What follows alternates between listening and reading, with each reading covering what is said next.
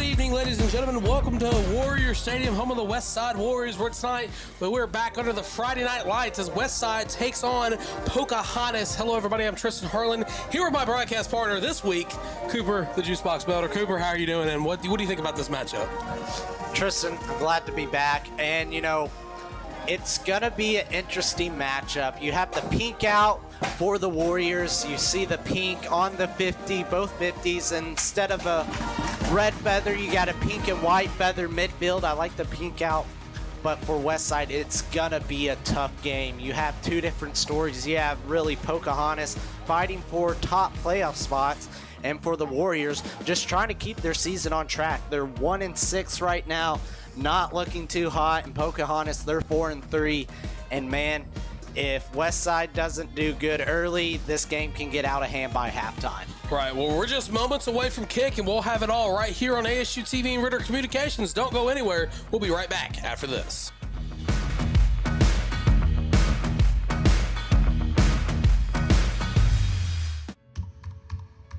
Most of us are in touch with the internet in one way or another all day long.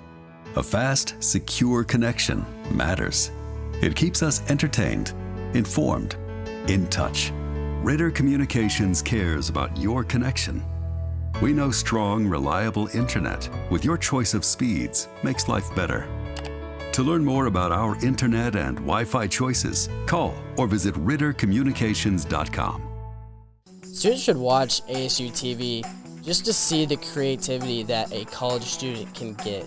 The creativity that some of these students have is truly amazing.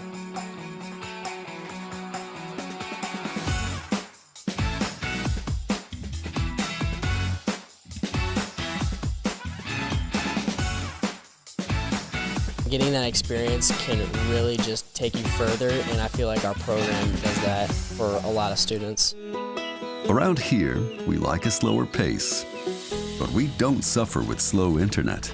Ritter Communications provides high-speed, reliable internet and Wi-Fi backed by local customer service. From email checkers to video streamers to hardcore gamers, we've got speed options to please all kinds of folks.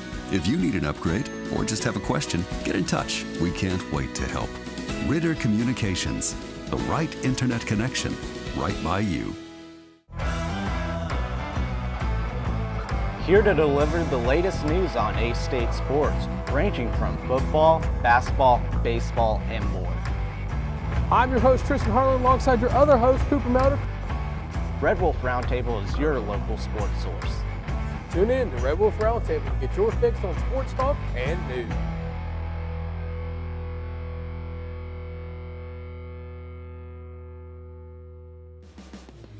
And we're back here at Warrior Stadium, home of the Westside Warriors, and the coin toss just occurred. Cooper, who won the toss and what are we doing? We're going to wait to see the call here.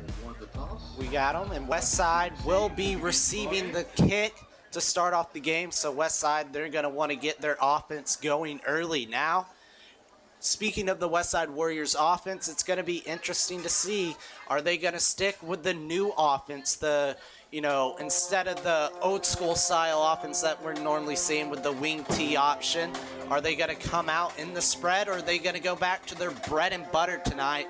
So it's going to be an interesting matchup because Westside, they're going to almost have to play perfect. Right. Well, looking at this matchup, Cooper, what are maybe three keys for each side of the ball that you have that will guarantee a W here tonight? As Westside's running out onto the field now, the keys for them in this game will definitely be win the turnover battle. If you can do that, force some turnovers on defense and set your offense up with good field position. That leads me into my second point, good field position. You're going to need to really, for any success tonight, be in the red zone. You're going to need red zone opportunities.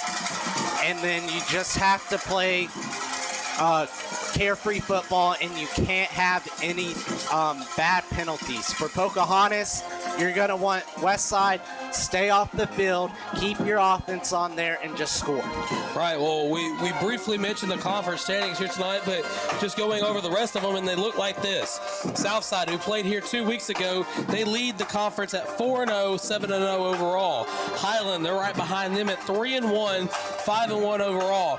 Pocahontas, who we've mentioned so far tonight, as they look to get a win here at Westside's home field turf, they're in third, 3-1, 4-3 overall. Followed by them, Gosnell at 2-2, Blytheville at 2-2, Cave City at 1-3, Truman at 1-3, and the Westside Warriors at 0-4. Yeah, Westside, they're still looking for their first conference win of the season. If they want to get one here tonight, it's going to have to be a tough matchup. And there's only one more home game for the Westside Warriors, and that's next week. We're awaiting the kick here. I want to remind everybody you're watching this on ASU-TV and Ritter Communications. Tristan Harlan here with Cooper Melder and our wonderful director/producer/faculty advisor, Mr. Dustin Sullivan, is to our left, running the show, make sure everything is good.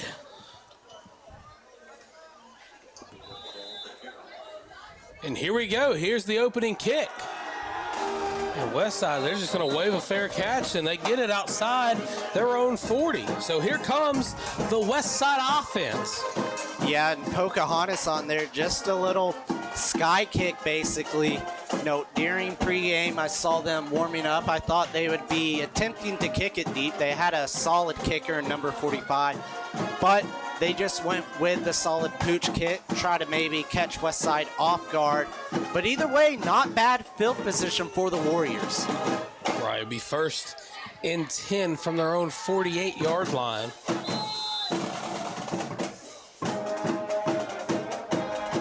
Avoid the first down from Westside. And the quarterback's going to bobble the snap, and he's not going to go anywhere. Mistake number one for the Westside Warriors starts on the first play of the game. Yeah, Westside, they went with a hard count, almost got Pocahontas to jump, but after that, nothing else went right for them. So after the busted play, it'll be second down from their own 38-yard line.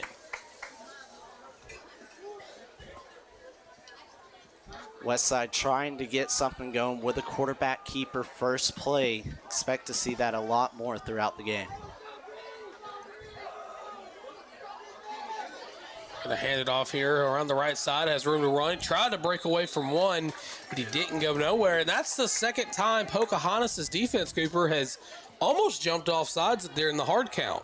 Yeah, expect Westside to do it once again. Third and long coming up. Now do you expect to see the passing offense come out on Westside, because you can't afford an early 3-and-out. Right, the passing game has kind of been the biggest gray area for this Westside offense. And, you know, despite them implementing a new scheme in the offseason, it really has yet to show the passing game to its true form. So we're going to see what they do here. 3rd and 8 from the 39-yard line. Call for the snap. They're going to hand the ball off the right side. He's not going to get enough for the first down, bringing up a 4th. Yeah, about 4th and 5, and if you're Pocahontas, this is exactly what you wanted to see from your defense. Don't let any confusion with the Maryland Eye offense that Westside is running to start the game to cause anything on defense. So now Westside, you're put in a position where do you go aggressive early and go for it on 4th down, or do you try to pin them deep and bring your defense out onto the field? Well, there's no Pocahontas player deep in the back, deep field to receive a punt if that's what they choose to do. And they traveled well. They brought their band, and a timeout's going to be called. And Westside just tried to get them to jump there, and Pocahontas stayed disciplined. All right, well, we're going to take a break, and we'll be right back right here on ASU TV. At Ritter Communications, doing right by you is being right where you need us to be. Our technicians are on call, on the road, and on the go, ready and equipped to put our service pledge into action. Storm damage, power lines, or in-home service interruptions. Getting right on it is a big part of being right by you. We go straight to the source to be the source of your internet solutions. Right by you is reliability like no other. Only from Ritter Communications. And welcome back. We're just ahead of the 4th down play, and it looks like Westside will actually punt this ball away. Pocahontas has nobody deep. Almost got back there to block it. It's going to be a deep punt. Westside's going to get back there and just down it right around the 20-yard line. So here comes the Redskins offense. And pregame, I understand that you were told that this is going to be a run-heavy offense as well. Yes, they have a stud at the running back position. So the Redskins, they're going to want to get him going early. And there is a penalty in the backfield. Looks like we're going to redo that punt. I was going to say, I definitely looked down at my notes, and I definitely missed what the flag was there. So now Pocahontas will send a return man around the 30-yard line to field this punt. And there's just costly penalties. I mean, for the Warriors, you had no one deep returning for Pocahontas, so you didn't have to worry about, a big potential return. And you had them pinned pretty deep on their own 20-yard line. There's the punt. I think maybe one of the Redskins defenders got his hand on it. It's going to be returnable. And he's just going to maybe gain a handful of yards. So now here comes the Pocahontas offense. And Cooper, back to what you were mentioning about their stud at the running back position. Yeah, they're going to want to implement him early into the offense to see if they can get anything going. And we saw back when it was raining a couple weeks ago that I can't remember exactly who they're playing, but they had no trouble running the football.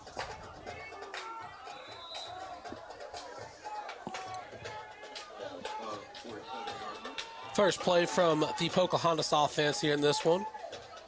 The quarterback's going to keep it himself. He's up the middle. He's still got room to run before he's brought down just past the 50. That's ran by quarterback number 7, DJ Coffey. And just keeping it simple there. Nothing too fancy from Pocahontas. Just a simple quarterback keeper.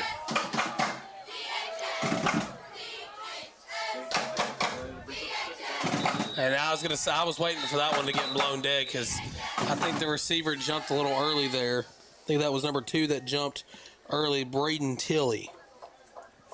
Yeah, and Pocahontas, they had nobody in the backfield, and they were looking to air it out deep and get a big play early. So 2 penalties so far, 1 on each squad. It's gonna back the Redskins up just a little bit. I was going to say, if you're Westside here, you have a chance. You can force an incompletion if they do go with a pass and make it 3rd and long. Quarterback's going to roll out of the pocket. He's going to throw it off his back foot and just could not find his receiver. Number 45, Ty Minard there. Just could not find him. He just took the snap, rolled out, and couldn't find him. Yeah, and this is a big 3rd down for the Westside Warriors defense to get off the field here. Snap. They're going to hand it off up the middle. Still on his feet. Room to run. He breaks away to the right side before he's brought down. And I believe they're going to say he got enough for the 1st down. That's Xavier Ballard there. And there's the running back we were talking about. Broke free big time. If there wasn't a Warrior defender there, he could have gone all the way. As a matter of fact, he's only a sophomore, so I'm sure he's going to have a lot of looks in the coming years. And that play is just going to be blown up, not anywhere going there for him. And the Warriors defensive line there just sniffing up the play on that one. Knew it was a run and got him stuck at the line of scrimmage. It'll be 2nd and 9 now for Pocahontas' offense. Quarterback's going to drop back. Pressure coming. Throws it off his back foot to Xavier. And he's going to get hit pretty hard. And he's not going to be able to bring it down. And he's still slow. And he's slow to get up here. Yeah, he got hit by 2 Westside Warrior defenders on that play. They read it perfectly. And on a bang-bang play like that, you're going to see someone go down. Right, and like we said, he got tackled by 2 of the same defenders and probably got the wind knocked out of him there. So we're going to see, hopefully he's okay. and can come back into this one. And if he's not, that's a big, big time loss for the Pocahontas offense. Third down coming up for Pocahontas. They've got two receivers out left and right. Quarterback's going to keep it himself up the middle, still on his feet. He's going to fight for extra yards, and he did not get anywhere near the first down marker. It's going to bring up a fourth down for Pocahontas. Decision time here early from Warrior Stadium. And Pocahontas, no question about it, they're going to be going for it. Four receivers, two out left, two out right. Running back in the backfield with the quarterback. Quarterback's going to take it himself around the left side. He has room to run. Questionable hold there, and he's going to break up. He's going to trip himself, and he's going to get brought down just past the 10-yard line, bringing up a first and goal for the Pocahontas offense. And Pocahontas came out there, tried to run the option, and the quarterback saw he had all the blocking he needed and just smartly kept the ball himself and set Pocahontas up for really good field position. Xavier Ballard is back in the game at tailback, so that's good to see. He's going to almost wanted the option, but the quarterback's going to keep it himself. We're going to see the referee signal, and that's going to be a touchdown for the Pocahontas Redskins. So with 7:22 left to go in the first quarter play, Pocahontas will be the first team to find the end zone as they score their first touchdown on a quarterback keeper. You know, I like the play there. It was almost a design quarterback counter. They went and baked the speed option, and he had guards pulling. Ballard's going to keep himself up the middle as they go for a two-point conversion and will get it. So with 7:22 left to go in the first quarter of play, Pocahontas up 8-0. We'll be right back after this.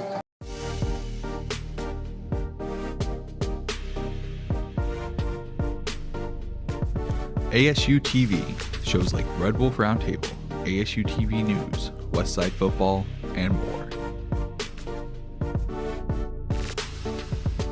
Gain real-life experience while doing what you love. Get involved with ASU-TV today. And welcome back to Westside High School, home of the Warriors, where with 7:22 left to go in the first quarter of play, they're down 8-0. Tristan Harlan here with Cooper Melder, excited to call this Friday Night Lights game for you. And Cooper, what on that offensive drive from Pocahontas did you see that's got to change for the Westside defense? You got to get to the quarterback. When they do the design quarterback runs, you have to rally and tackle. Or when they do run the option, the first go-to is to make the quarterback pitch the ball. You should have secondary and linebacker help coming from the outside to get the running back and make the tackle. So as the defensive end or defensive lineman, your first goal is to get the guy with the ball, and that was the quarterback. There was nobody out there. The wide receivers were doing great blocking, and, you know, it was an easy decision. You have to make the quarterback have to make a decision. When he comes around the outside edge and he sees he has open field, yeah, he's going to run it. You have to make sure he goes out there and has a decision to make, and that's when you see mistakes happen. Right, and going back to that quarterback run, I know I kind of cut you off so we can go to break there, but going back to that decision, you know, if you're in that shoe or you're the coach on the sideline, do you like that decision-making from your young quarterback? Oh, for sure. I mean, we already saw the running back go down early with a big hit, so keeping him from taking a couple more hits like that is what you want to see, and you like to see your quarterback go out there and say, okay, I'm not afraid to take a couple hits. I'm out here. I'm with the dogs on the field. I'm going to be out here making plays as well. First and 10 for Westside. Quarterback's going to keep it himself up the right side, still on his feet, and he'll have enough of the first down the first time. Westside will have a fresh new set of downs, and man, I mentioned Pocahontas' team traveling well, and you could hear it. Little shades of Florida State there. I like it. I like it. And, you know, Pocahontas is definitely representing the War Chain a lot better than Florida State is this year. Second down here for the Westside offense instead of a first down. Running back's going to keep it himself, and he's blown up in the backfield, nowhere to go. I believe number 45, Ty Menard, was the first one to make contact on the tackle, so third down will be coming up for the Warriors. And now we're seeing a different style of offense for the Westside Warriors this drive. The first drive, you went back and saw kind of what you've been seeing for the past couple years for the Westside Warriors with the Maryland Eye. Now they're trying to implement the new style offense where you kind of have the quarterback in a pistol position. 3rd and 7 from about the 38-yard line. Quarterback going to keep it himself up the middle. He's going to fight for extra yards. And they're going to say he is short by a hair on his chinny chin chin. And you just got to keep it simple here. Get the quarterback under center, push him forward, tush push, quarterback sneak, whatever you want to call it. This is the play you have to run. So here we go, 4th down for Westside. Quarterback's going to keep it himself, and he's going to have enough and then some for the 1st down. So move the chains, Mr. Chainman. And Westside really seeing more success putting their quarterback kind of in the pistol position, almost shotgun area, and keeping it himself, whereas him being under center and keeping it. You know, Coop, growing up, of course, you come from a football background. What do you prefer to see the quarterback do? Be under center, or do you prefer him being in the shotgun? I'm old school. I like seeing a quarterback go under center, but I also ran the dead T for the most of my life. Quarterback's going to hand it off to his tailback, and he's going to only gain a couple there. I'm old school. I like the smash mouth football. I like lining up under center and running the ball up the middle. And, you know, with the dead T, there's just so much more you can do. Hey, there's nothing wrong with old school. And, you know, old school is usually the way to go. I mean, in the new age of football where you're throwing the ball for 200, 300 yards in most cases, it's good to see the classics sometimes. Yes. 2nd down here for Westside. Going to keep running the ball here, and that time it's not going to really go anywhere. And Westside just not finding success with any of the running backs from the backfield, bringing up a 3rd and long. And a decision for Coach Engel, is he going to finally air the ball out? Well, you know, it seems like we ask that question every 3rd down, and it never happens. Yeah, and, you know, with this offense, you can catch them off guard with just a simple tight end streak. Just get your tight end, block for a second, throw his defender off, and go upfield for about 6 yards and get an easy 1st down. Called a tight end quick. 3rd and 9 from the 47. Quarterback's going to drop back. They're going to overthrow the receiver. Incomplete. Try to go to the sideline there and just could not find the mark. He actually overthrew his receiver. So 4th down will be coming up for Westside, and they're bringing their special teams unit onto the field. I'm glad they're airing the ball out, but on a 3rd and long like that, even if he would have caught it, he would have been about still 5 yards short. On big 3rd and long plays, unless he's in open field, you need to be throwing towards that 1st down marker.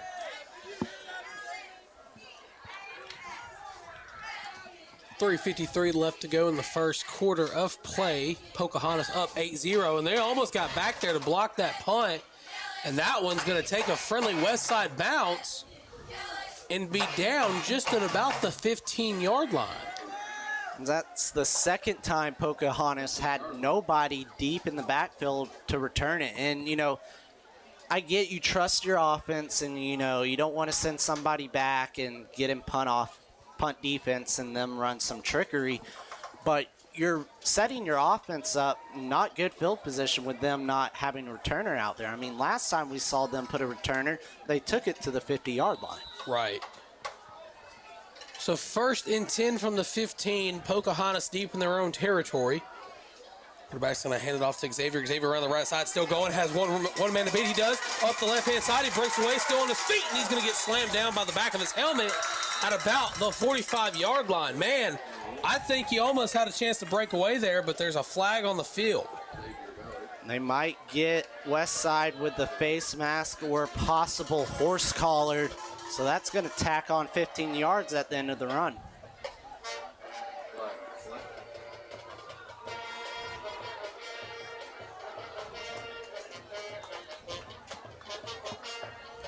Well, it's going to be against Westside. And it's a 15-yard penalty, so that's either face mask or horse collar. But there was no signal by the ref. Well, for sake of the broadcast, we're going to say it was a horse mask. Horse mask. Horse mask. Okay. Yes. Westside's going to call timeout. Because here's the thing. If you say that, then you're saying both calls and you're not wrong. Yeah, both are 15 yards.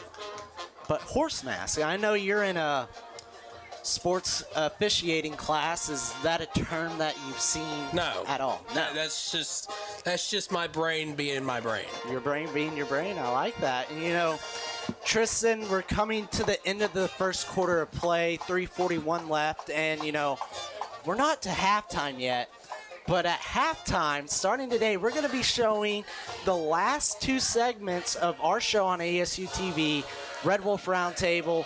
We're going to be giving you the pregame of Troy, who the Red Wolves take on tomorrow, and, you know, if you want to see the rest of the episode or any more episodes, be sure to go to ASU-TV and look up Red Wolf Roundtable.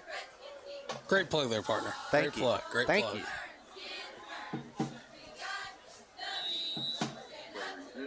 So first down after the penalty here. Pocahontas in Westside territory. Quarterback's going to take a step, dump it off to his receiver, who breaks away from one. And he tries to lower his head but doesn't go anywhere more. Great catch there by number 10, Brendan Arnold, the junior receiver. Pocahontas just getting the yards that are given to him. Easy first down.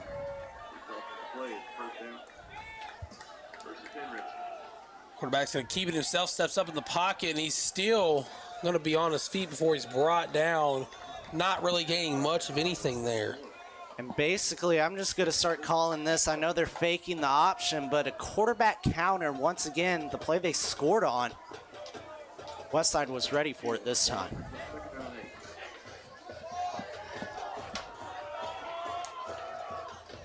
Quarterback's going to step, throw, caught near the sideline. And they're going to say he got enough for a first down. So move the chains, Mr. Chainman. And Pocahontas just hitting checkdowns. Westside's giving them about 6 to 7 yards of space there. Take that every time. He's just going to get tripped, not going much of anywhere there. You know, Westside, besides two big run plays, have been really good on the run defensive side of things. But it's when Pocahontas starts to air it out is when we're seeing trouble in the Warriors defense. Second down coming up for the Pocahontas offense. Quarterback going to keep it himself around the left-hand side, and he's going to get tackled in the backfield. Just not able to go anywhere that time. Great stop for the Warriors defensive line. And if you're Westside here, you don't want to give up too many yards. It's a 4-down territory, so I would not be too surprised to see, you know, Pocahontas run it here, try to get yardage to make it a more manageable 4th down. Quarterback's going to roll out right. He's going to throw it near the 10-yard line. Let's see if he signals for a catch or not. And he will. So that's going to be a catch. Great catch there on near the sideline. It's going to be enough for another first down. It's going to be about 4th and 5. Oh, 4th and 5. I'm sorry. I thought that's all to move the chains up. And that's what you didn't want from the Warriors defense, is to give up about 10 yards when you had them pinned deep. Low snap. Quarterback going to keep it himself up the middle. I think he got stopped. And they're going to mark them short, and Westside's going to get off the field. A big stop there for the Westside defense. Yeah, and I'm kind of surprised with the run there. I mean, you saw Pocahontas, the Redskins, they marched the ball. Besides that one big run, the throwing game was really what was working for them. So, surprising call that they went with a quarterback keeper on 4th and 5. Well, there's still 1:36 left to go in the first quarter play. Westside will take over from about their own 8-yard line. And they're going to blow the play dead in the area of false start. And you can't be having penalties when you're backed up deep in your own territory like that. You have to stay disciplined, Tristan. That's our word for the day, disciplined. Discipline. You got to play disciplined offense, disciplined defense, smart plays. Got to keep them honest. So after the penalty, they'll back him up to the 5. Keeps his head down, runs forward. And they'll get up to, I want to say, near the 10-yard line, if anything. 1:10 left to go here in the first quarter of play. Second down coming up for the Westside offense. And Westside doing exactly what they need to do. Chew the clock. Keep your defense off the field and just get short yardage. Get about 4 yards every play. Westside tried to hand it off that time, and that one didn't go much of anywhere except to the ground. Pocahontas laying the wood on that play. Big time hit. So third down coming up for the Warrior offense, and Redskins are trying to get off the field.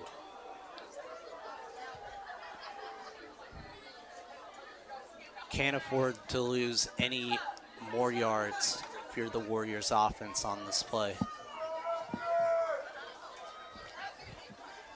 Likely going to be the last play of the first quarter.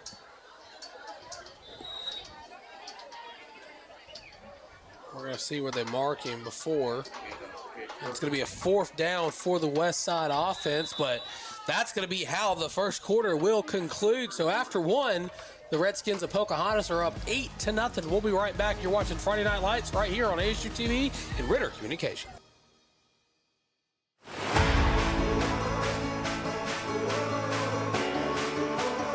I think one of the things I learned at Arkansas State was life is 10% of what happens to you, 90% of how you respond to it, and that's just something that I live by. A-State is home, and they're going to treat you like you're a part of the family.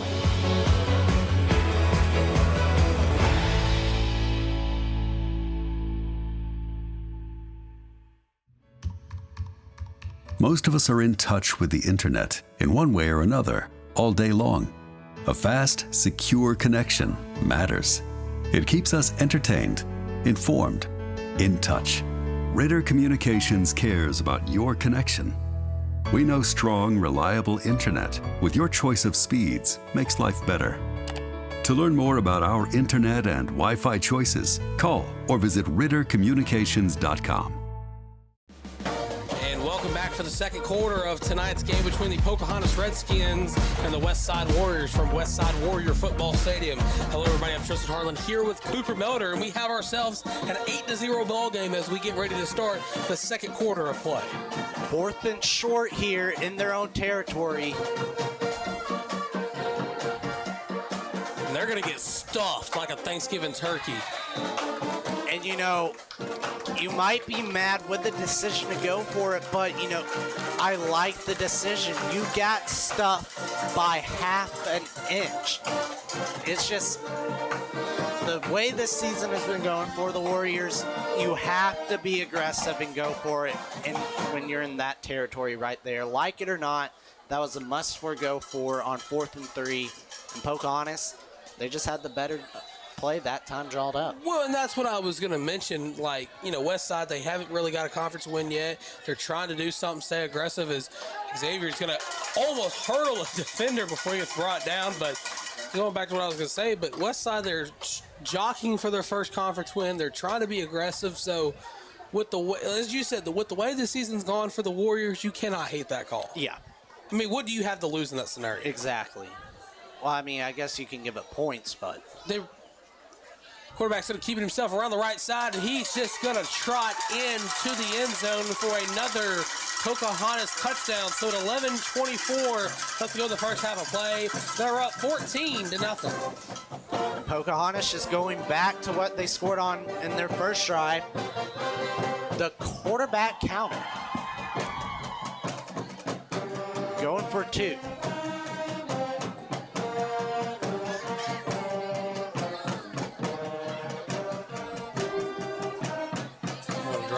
throws it to the corner, and that one's going to get batted down incomplete. So with 11:24 left to go in the first half of play, Pocahontas is up 2 touchdowns. Our score 14-0. You're watching Friday Night Light coverage right here on ASU-TV and Ritter Communications. Students should watch ASU-TV just to see the creativity that a college student can get. The creativity that some of these students have is truly amazing.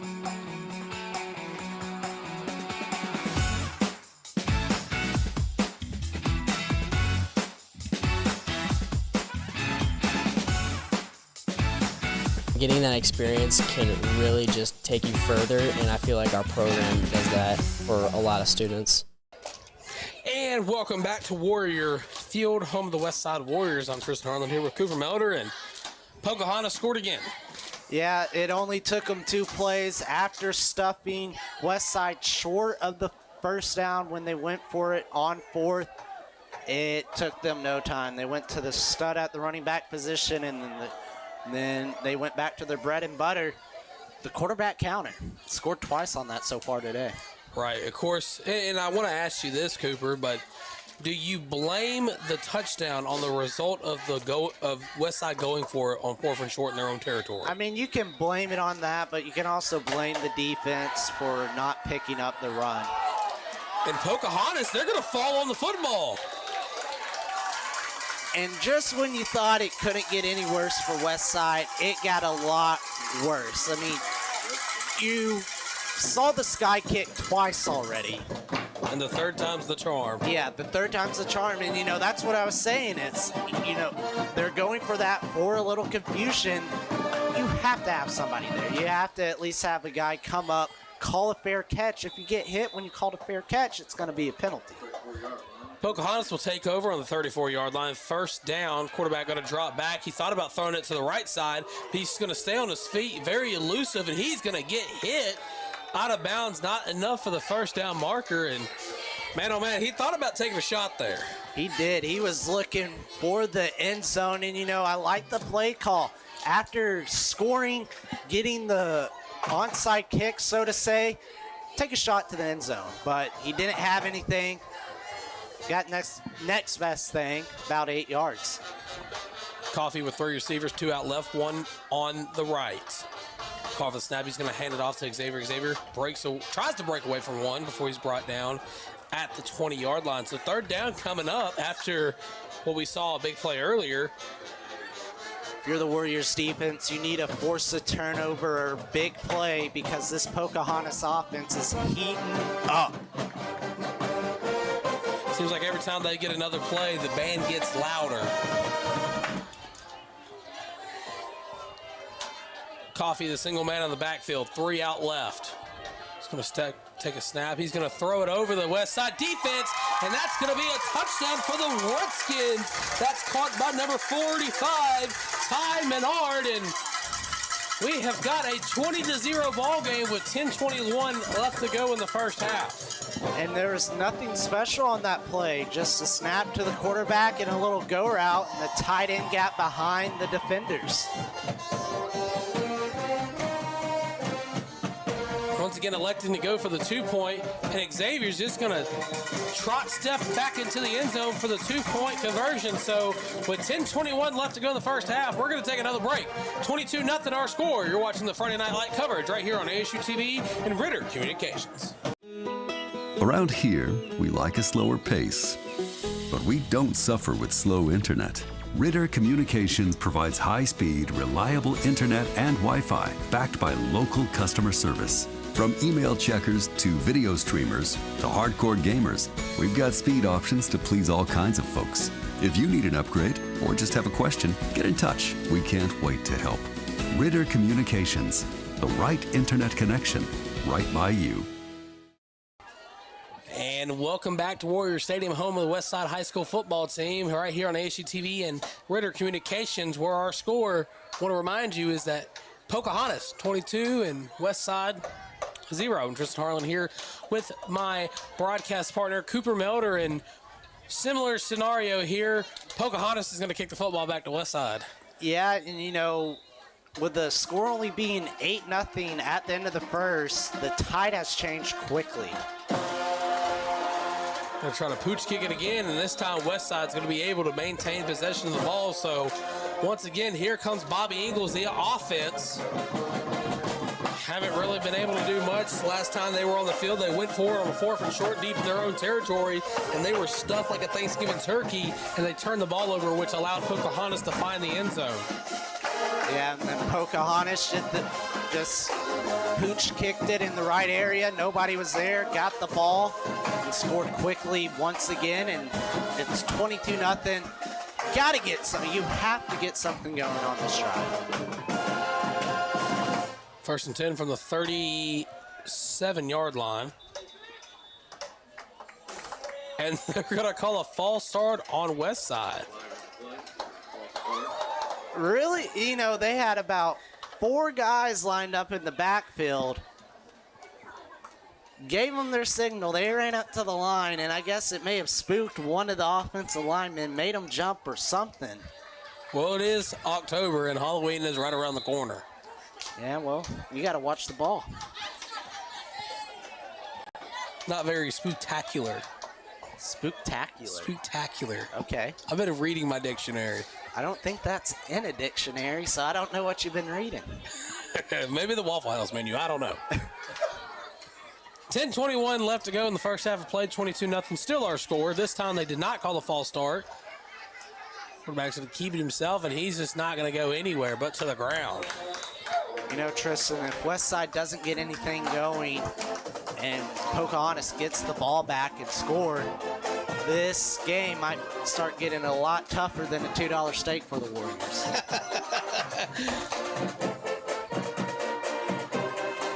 And I think you can get a $2 steak at the Waffle House. Sure. 2nd and 14 from the 34-yard line. Going to hand it off around the right side. He's going to step up, still on his feet.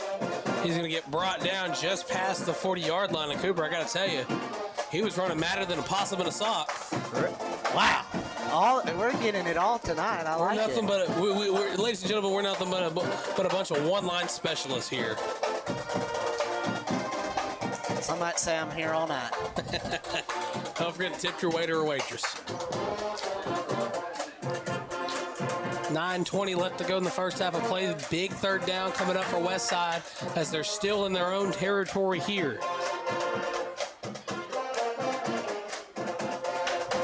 Let's send a man in motion. He's going to roll out. Pressure coming. Still on his feet.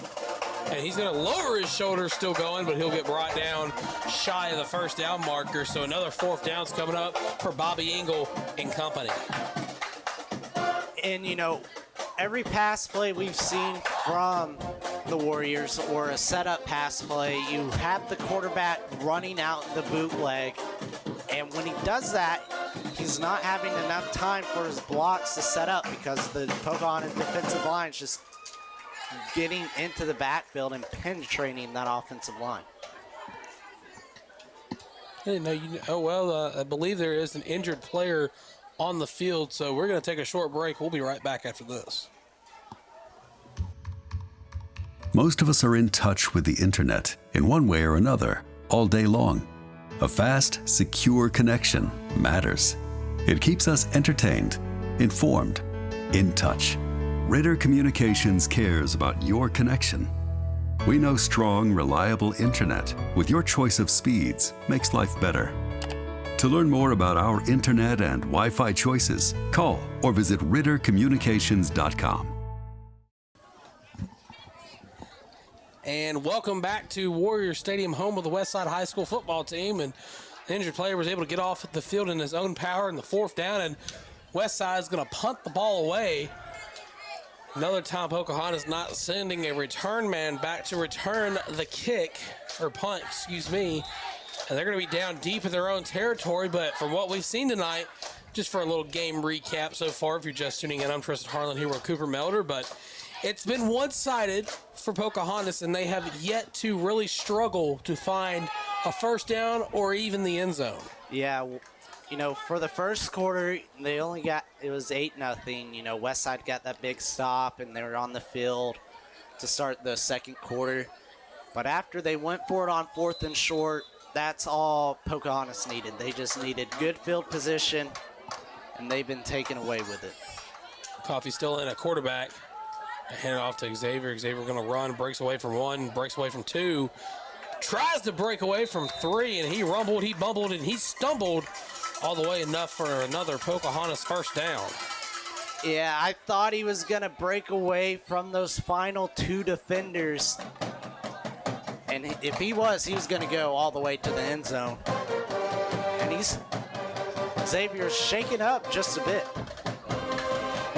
Probably still a little bruised up from that hit he took earlier. So first down, Coffee's going to try to throw it, and it gets batted down, and they're going to roll it in incomplete, because if they would have rolled out a fumble, it would have been Westside football in Pocahontas territory. And the D-line doing what you're taught when you see the quarterback go up to throw the football. You throw your hands up, try to get a deflection, and they did succeed on getting that deflection on that play. Second down here, 7:44 left to go in the first half of play. Still our score, Pocahontas 22, Westside 0. Coffee going to have three receivers out right, one close to the left. He's going to keep himself up the middle. Lowers his head, trucks one defender. He's still going. He's past the 50, the 45, 40, 35, 30, 25, 20, 15, 10. They're not going to keep him out. Touchdown, Pocahontas Redskins. What a play. And nothing fancy either. Just snap it to the quarterback, follow your blocks, and he was off to the races.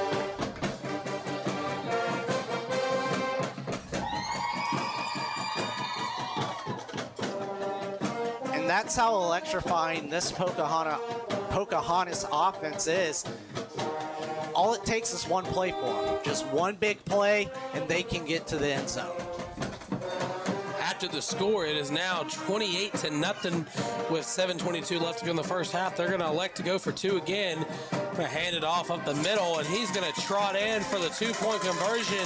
So with 7:22 left to go in the first half, our score, Pocahontas 30, Westside 0. You're watching Friday Night Light coverage right here on ASU-TV and Ritter Communications. We'll be right back after this. Students should watch ASU-TV just to see the creativity that a college student can get. The creativity that some of these students have is truly amazing.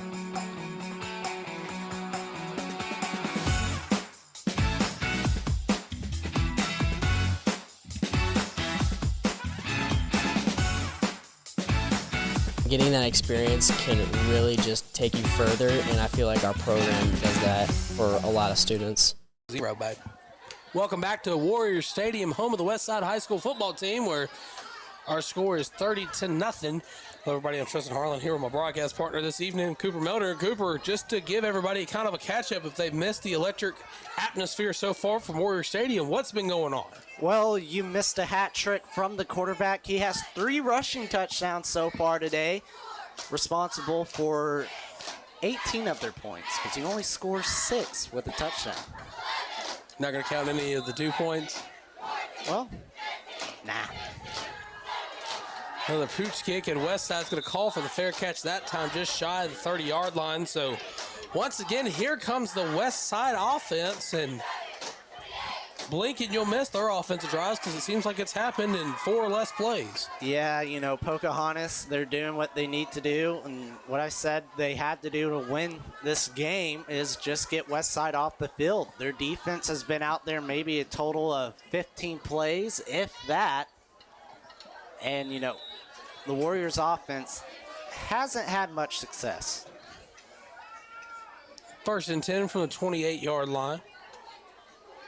They're handed off the right side. Still on his feet. Breaks away from 1, breaks away from 2. Still going. He's past midfield, and he's still going to be running, and he'll get brought down by the thigh pad, and he'll be spotted, I believe, at the 45-yard line of Pocahontas. And Cooper, correct me if I'm wrong, but I believe this is the first time the Westside offense has gotten into positive territory here tonight. I do believe so, Tristan, and that's the play you needed from your offense. You haven't had any success all game, and to break away a big run like that has to get some momentum going. 1st and 10 from the 45-yard line. They're handed off around the left side. He's going to try, but he's going to get brought down and slammed home. And Pocahontas defense looking about normal on that play, getting into the backfield, stuffing up the run right at the line of the scrimmage. Second down coming up for the Warrior offense, and we just have 6.5 minutes left to go in the first half of play. The band's playing one of my favorite songs, Country Roads Take Me Home, and it's kind of hard not to start singing here. West Virginia. Now, mama. Quarterback's going to call for the snap, and he's going to hit the spin move, and it's going to get brought down at about the 40-yard line. And Cooper, I got to ask, because, you know, again, coming from your background and knowing much about football that you know, is there any advantage to spinning as soon as you get the snap? Not that I really know of. I mean, it might try to play a little trick if you're on the D-line or you're a linebacker position blitzing that, okay, he might be going right or left, but with a quick spin like that, if anything, it might confuse your quarterback. 3rd and 6 from the 41-yard line. Going to keep it himself up the middle. And once again, Pocahontas will bend and not break. 4th down coming up for the Warrior offense. 4th and short. You know Coach Ingles gonna be going for it here. You have to. Down 30-0. About 5:15 left to play in the first half. You need some type of momentum, just a spark. You need one big play just to get something going. Well, they're in the huddle trying to decide what play will work. Of course, we've seen numerous drives stall out on 4th down for the Westside offense. Quarterback's going to step right, still on his feet, and he's going to have enough and then some for the first down. So Westside goes for it on 4th down, and they get a fresh new set of downs. And just the quarterback keeper for the Warriors. Finally some positive yardage going. That big run finally showed them, like, hey, we can, if we do our assignments, if we get our blocks, and we follow our blocks, we can move this football. Handed off around the right side. Fullback's got it. He's got a burst full of speed, and he's going to get tackled shy of the goal line. Brings up a 1st and goal for the Westside Warriors. And we may see a Westside touchdown before halftime. And that would be huge for them as they're down 30-0. And Pocahontas does receive the second half kickoff.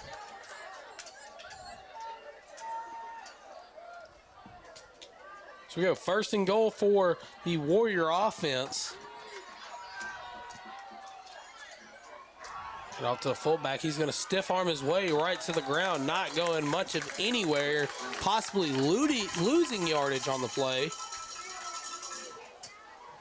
And a big next couple play calls here for the Westside Warriors offense. Because if you don't score here, when you drive the ball all the way down to the 5-yard line and you don't score, that takes away any momentum you just gained. And it's going to be interesting if the Pocahontas defense can bend and not break. 3:25 left to go in the first half here. Wait the referee signal. And they're going to say he's just shy of the goal line. And Gavin Dotson trying anything and everything he can to get into the end zone. I mean, you can't get any closer than what they are right now. Right, and, you know, Cooper, I've got to ask you, in this scenario, what are you calling? It's 3rd and 1. The ball's on the 1-yard line. You already know. Quarterback sneak. Quarterback sneak, you're not giving it to your big fullback and saying, hey, get in there. I mean, if you do that, I want my quarterback under center. I want that fullback right behind him and handing it off to him. But if anything, under center, up the gut. Right, well, and, you know, and again, this is an if, but if Westside scores here, does that shake the Pocahontas defense at all? I think it kind of does, because they've been dominant all game, and then Westside just out of nowhere breaks off a couple big runs and get down to the 1-yard line and let them score when you've been dominating all game. Shakes them up just a little bit, but not too bad, because you're up 30. Well, regardless, they have at least 2 downs to play with here. He can keep it himself, and he will be Westside signals a touchdown, and they're going to be in for the touchdown. Westside's going to find Pater, and they're going to score a touchdown with 2:53 left to go in the first half. Westside finds the end zone. And that's why I said quarterback sneak. It looked like he was going to get stalled out and get stuffed, but their offensive line really hunkered down and pushed them into the end zone.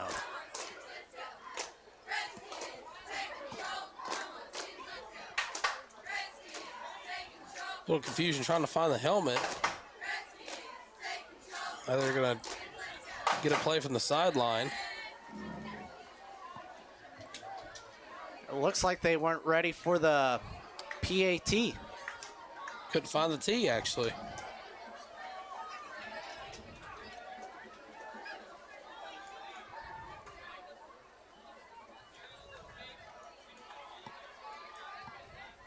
The kick is up. The kick is good. So with 2:53 left to go in the first half of play, Pocahontas still in the lead. Our score, 30-7. We'll be right back. You're watching Friday Night Light coverage right here on ASU-TV and Ritter Communications. Here to deliver the latest news on A-State sports, ranging from football, basketball, baseball, and more.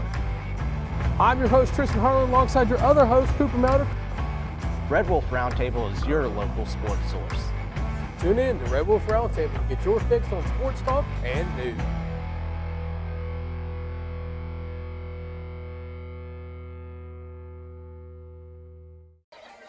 And welcome back to Warrior Stadium, home of the Westside Warriors. Reminding you our score is 30-7 with 2:53 left to go in the first half of play. I'm Tristan Harlan here with my broadcast partner for this evening, Cooper Melder. And Cooper, I think for the first time in a while, we had said Westside scored a touchdown on the previous drive. And it was an electrifying drive from the Warriors offense.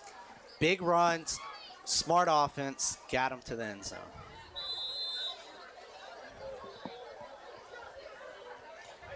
Here's the kick from Westside. Returnable, he's going to muff the kickoff return. He still has possession, but he will get it. So almost a costly mistake for Pocahontas as their offense will take the field now. And it looked like on the return they wanted to have their star guy get the catch, and he was running from the other side of the field and making a running catch. Almost cost him. First and 10 from the 21-yard line.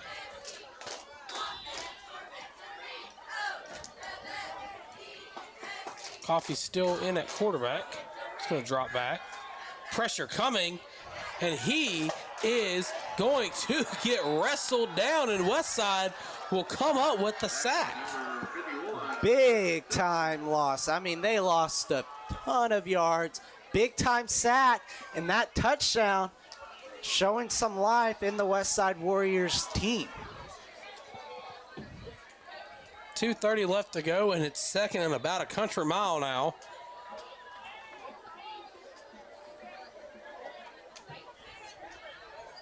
Have three receivers right, one left at the bottom of your screen.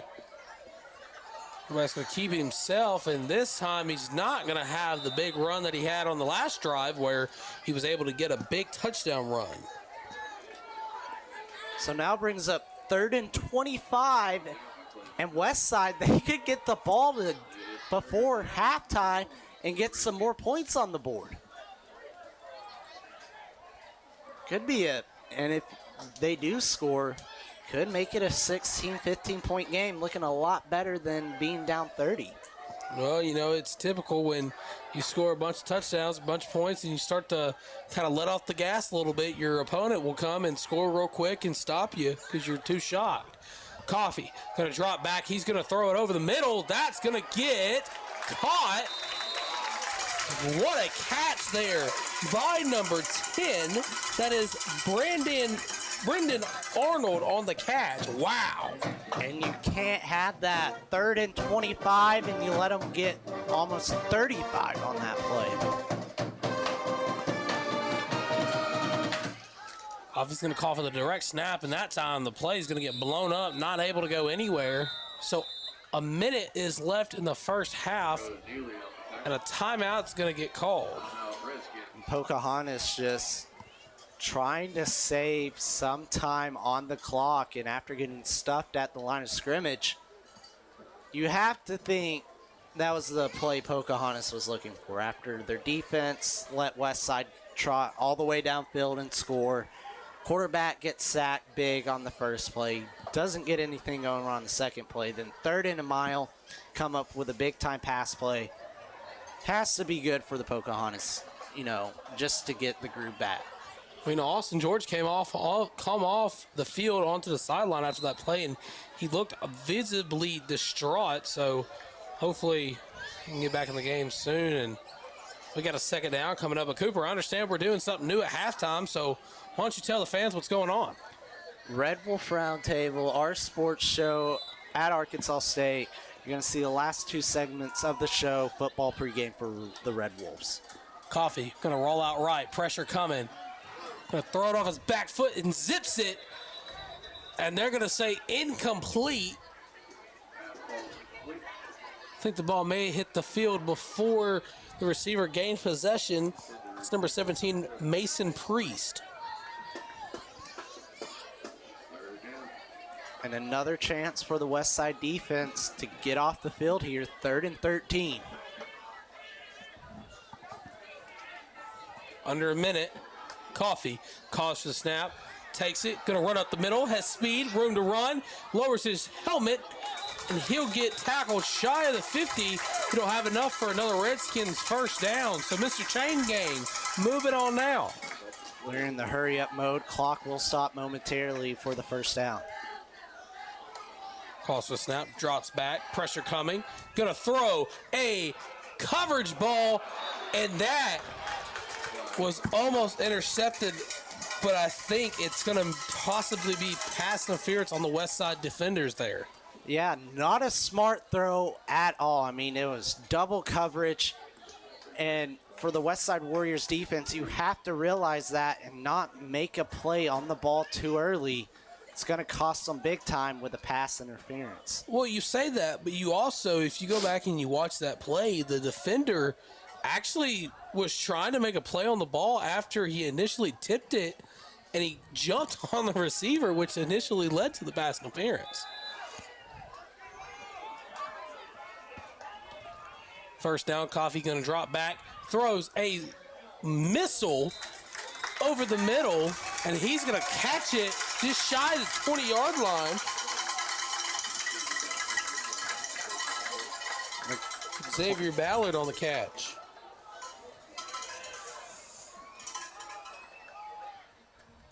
Drop back, looks, throws it to the right corner of the end zone, and another flag, pass interference coming out. Yeah, I mean, when you push the defender in the back like that, 9 times out of 10, they're going to call that a pass interference. Again, he was breaking on the ball. If you hit the receiver before the ball gets there, it's going to get called.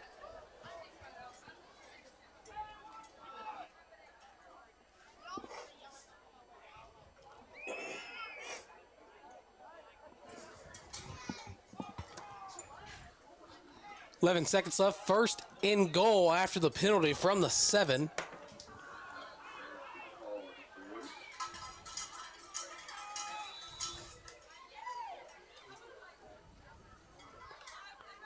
Coffey going to call for the snap, rolls out left, throws it to the corner of the end zone, and he catches it, and it's going to be another touchdown. Just a great pitch and catch from the Pocahontas team there. Hit him right over the defender for 6. So with 5 seconds left to go, our score for the moment is going to be 36-7. Pressure coming. Vade's left. Still on his feet. Room to run. He's going to throw it to the corner of the end zone, or the back part of the end zone, and it's going to be caught for the 2-point conversion. So with 5 seconds left, our score now is going to be Pocahontas 38, Westside 7. Gonna take a break and we'll be right back. No, we're gonna stay right here. No, we're gonna go to break. See, I'm faking you out. It's spooky season. We'll be right back after this. At Ritter Communications, doing right by you is being right where you need us to be. Our technicians are on call, on the road, and on the go, ready and equipped to put our service pledge into action. Storm damage, power lines, or in-home service interruptions. Getting right on it is a big part of being right by you. We go straight to the source to be the source of your internet solutions. Right by you is reliability like no other, only from Ritter Communications. And we're back with 5 seconds remaining in the first half in this one, where Pocahontas is leading big. Star running back Xavier Ballard actually limping off the field instead of being on the kickoff, so hopefully he'll be okay coming out of the halftime break. And for Pocahontas, and the ball's going to be on the ground, and he's still going. Westside failed to tackle him, and he's going to get in. Touchdown, Pocahontas Redskins. Are you kidding me? I don't think he's allowed to return it, but either way, it will be Pocahontas ball on the 40-yard line with 4 seconds. Wow. Yeah, on a play like that, it's the rule. As the kicking team, you're not allowed to return it. In high school. In high school. I'm pretty sure it might be the same for everything. But since no defender or receiving team didn't touch the ball, they can't return it. Wow. So there should be 4 seconds left. Either way, this might be the last play of the half. He's going to call for the snap. He's going to drop back. Pressure coming. He's going to throw a deep ball, and that one's going to be caught. It's going to be caught, and he's going to be inside the red zone. But the question is that going to do it? And I believe that will be the last play of the first half. So at halftime, our score is Pocahontas 30, Westside 7. We hope you enjoyed the halftime activities. We'll be back momentarily just ahead of the second half kickoff right here on ASU-TV and Ritter Communications.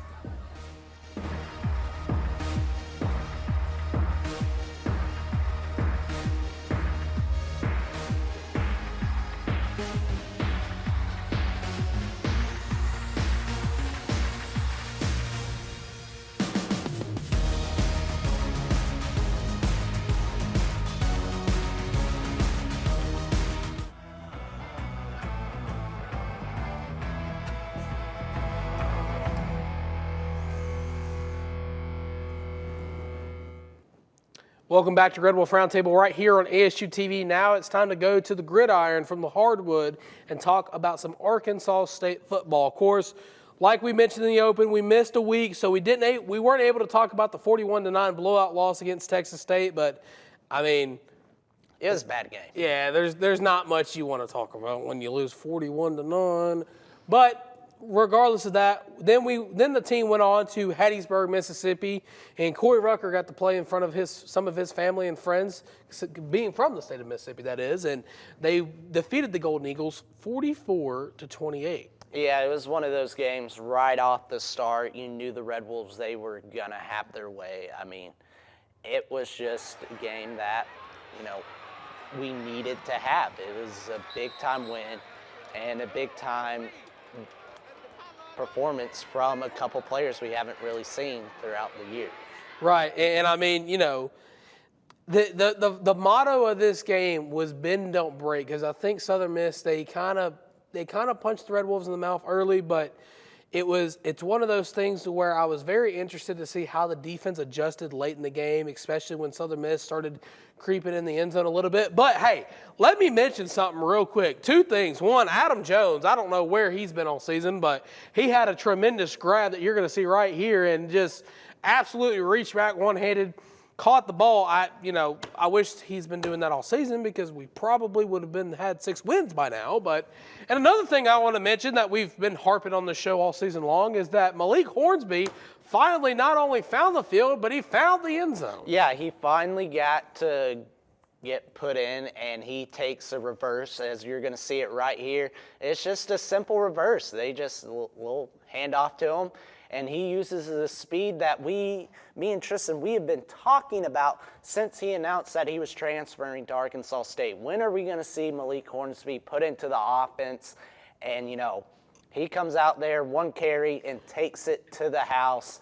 And it's good to see a player like him, the talent he has, finally being able to utilize onto the field.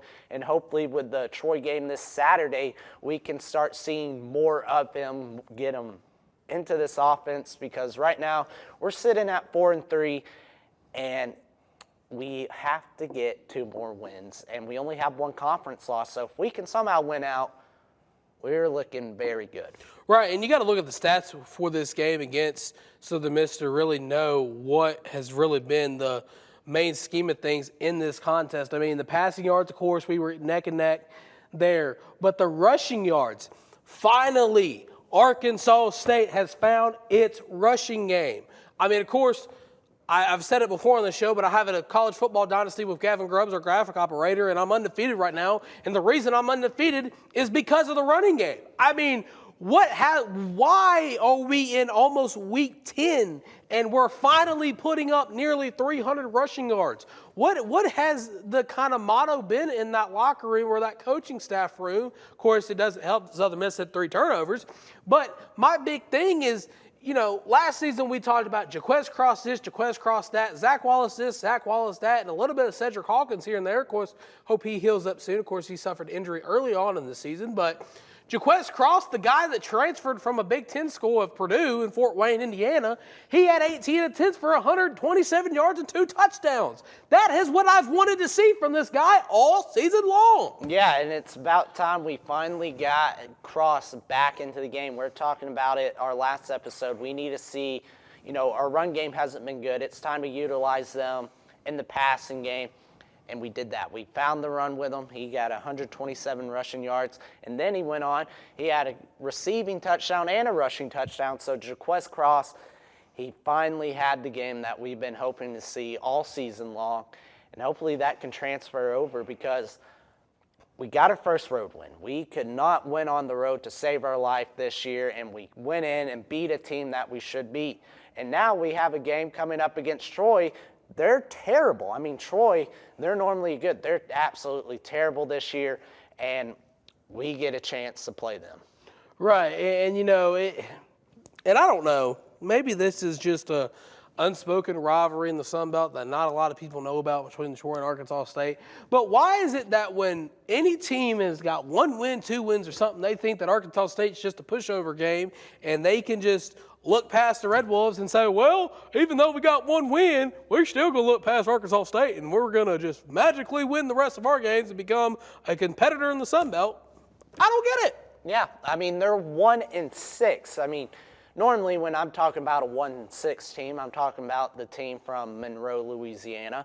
But we're talking about a team from Alabama called Troy, and they are absolutely terrible. I mean, they have been saying things all week long. I mean, they came out in their presser just saying Arkansas State's not, they're a one-dimensional team. Their defense isn't anything special. They just line up 4 down linemen and that's all they do. And, it's a lot of talk from a team that is god-awful this year. I mean, they're absolutely terrible. I don't know what they're looking at. They should be taking it week by week, because if they lose 1 more game, they're not going bowling. They have to win out. But, I mean, they're terrible. I don't know why they're just like, oh, well, let's look past Arkansas State. No, Arkansas State is 2-1 in the Sun Belt, and if they run the table right, they can win their division in the Sun Belt. And if everything goes to plan, we could be hosting something. I mean, you're looking at the standings in the West right now. We still have to play Louisiana, and we still have to play Monroe. We win those, you're looking really good. Right, and I mean, we'll just look at this here. Okay, of course, the only team, which of course is the reason why we're 2-1, was a loss to Texas State, a bad loss. Teams have bad games when they're having an okay season. But Troy is at the bottom. They're 0-3. Troy, okay, look, check. Okay, let let me calm down. Let me calm down before I get overmodulated or blow a speaker out or something. Troy, while yes, they have been great, they've been great in recent memory in the Sun Belt Conference. In college football, regardless, they have been going to Sun Belt Conference championship games. They've played South Al, they've played App State, they've played a lot of teams. But here's their remaining schedule that I have pulled up on my iPad. They have Coastal Carolina at homecoming, my second favorite Sun Belt Conference school, Georgia Southern on the road, Louisiana on the road, and Southern Miss at home. That's maybe one win, and that's against Southern Miss. One win in those 4 games that I just mentioned against Southern Miss, a team that Arkansas State just handled very well. Very well. Yeah. I don't get the stigmatism and the mindset of, well, Arkansas State, they run a very predictable offense. If they run a very predictable offense, why you only got 1 win? I don't think Arkansas State runs anything different than any other school in the Sun Belt. It's not like we run the triple option or anything. It's not like we put Malik Hornsby at quarterback and Jalen Rayner runs a 6-and-out cut and catches it for maybe 2 yards or runs a 5 and slant or a streak or something, and it becomes, it's not like we run the Philly special is what I'm trying to say, or we run the tush push. For those of you that don't understand routes. It's not like we run anything super complicated. Troy has probably seen 65% of the same plays from different Sun Belt institutions that Arkansas State will run on Saturday. So for them to sit here and say, well, they only run 4 down linemen, they only do this, it's kind of asinine, really. I mean, it's one of those things to where if I'm Coach Jones, Coach Heckendorf, Coach Harley, or whoever, or even Jalen Rayner, or Corey Rucker, or whoever, and I'm hearing this, not only am I taking this with a grain of salt because they have 1 win, but I'm almost wanting to run up the score like they did against Texas State 1 year ago in a couple months. I mean, it's ridiculous and redonkulous. Yeah. It really is, because Troy, I know we didn't really talk much about the Southern Miss game, but I mean, Southern Miss doesn't deserve our time and our talk. I mean, in my opinion, we went down to Hattiesburg, Mississippi. We kicked their butts, and now we're moving forward. That's what you do. You take it week at a time. And, you're looking at our remaining schedule. We got Troy.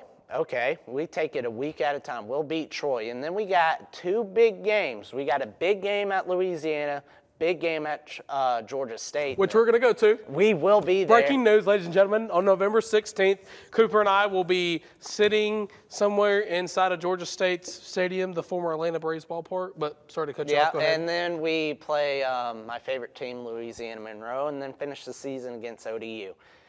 And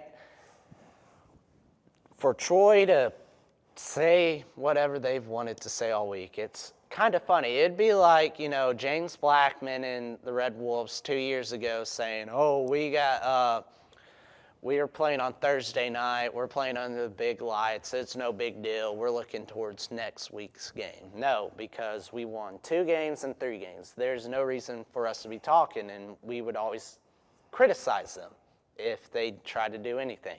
But Troy, this is a team I would not be mad at going out there and winning 45-0 and just running the score up. I mean, they talked a lot during preseason. They're talking a lot now, but they haven't produced anything. They haven't produced crap. Right, and real quick, just for the sake of argument, I want to look at the East as well in the Sun Belt Conference, just to see what the playing field on the other side of the river looks like. I mean, of course, Georgia Southern 3-0, who Troy will have to face later on in their season. Marshall, ODU, JMU, Coastal Carolina, App State, and Georgia State. Which, of course, like I said previously, anything can happen in the Sun Belt. Just because that is what it looks like now, I promise you we'll come back 2 weeks. You never know. ODU may be up there. But like we were talking about previously, I want to make this argument real quick. I want to bring this up before we go to break, and then we'll go to break and we'll talk more about the game, our predictions, whatever. But I want everybody to kind of start to think about this. And Cooper, I want to ask you this. What does the road look like for Arkansas State to not only get in the Sun Belt Conference Championship game, but even to possibly host it? You have to win out. I mean, you have to win out. Louisiana, Cajuns, and Monroe, they're undefeated. We still both have to play them. We have to win those games. And, you can afford a loss here and there, But then you're thinking, okay, you're now having Louisiana and ULM, they're going to need to lose too.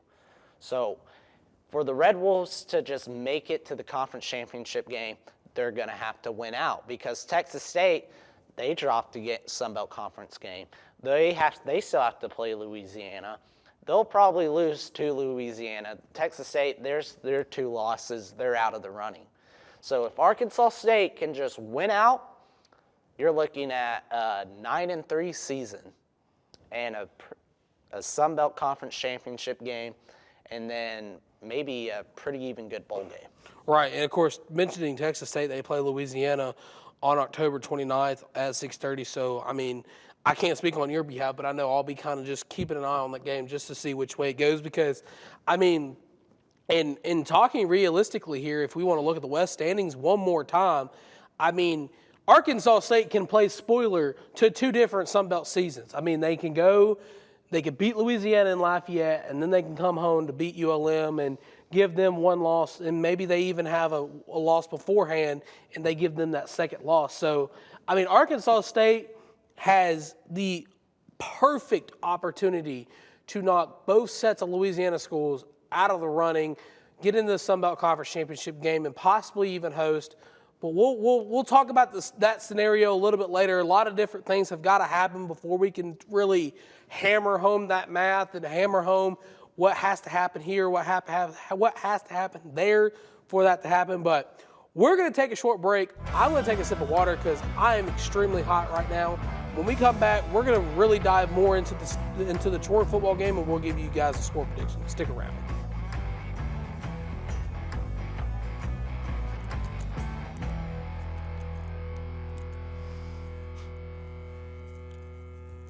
Students should watch ASU-TV just to see the creativity that a college student can get.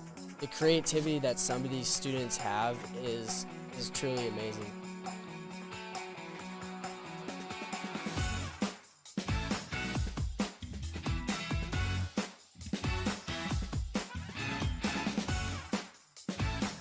Getting that experience can really just take you further, and I feel like our program does that for a lot of students. ASU-TV, covering all your favorite sports. From Red Wolf Roundtable to Westside football and more, ASU-TV has you covered. Tune in now to ASU-TV for news and coverage on these sports and more.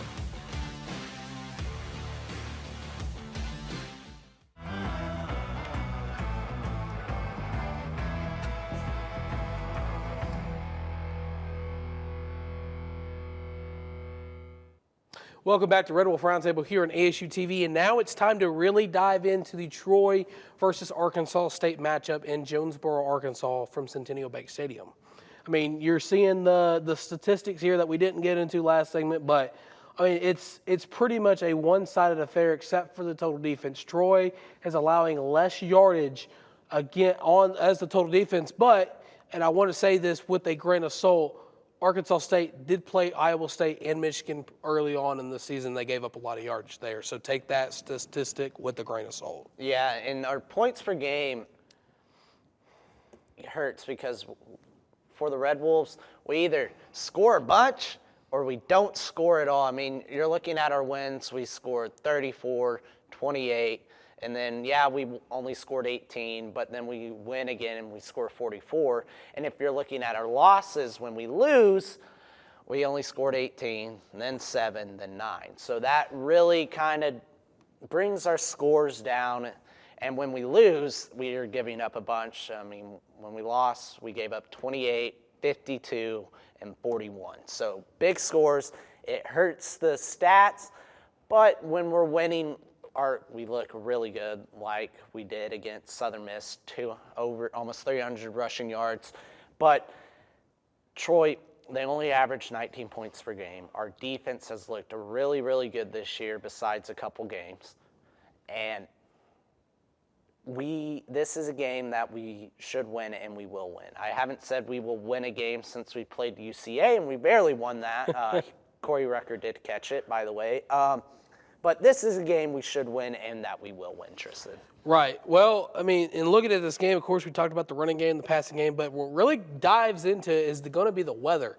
Now, of course, I think this is the first game all season long where the weather looks absolutely beautiful. I mean, it's fall, y'all. It is fall, baby. 73-degree temperatures, sunny skies, winds blowing from the northeast about 10 to 15 miles an hour. But, you know, it's almost that time in fall where the weather starts to cool down. Of course, you get your coffee, your hot chocolate, whatever you prefer, and you get your sweaters on, and you know, it's about that time here in the South. Yeah, it's a 6 p.m. kickoff. If you're tailgating all day, you'll be able to get away with probably, you know, you can wear some short sleeves throughout the day, but, you know, you might want to bring in that Red Wolf hoodie into the stadium, that Red Wolf jacket just to put on if you get a little bit cold because, you know, it's Jonesboro.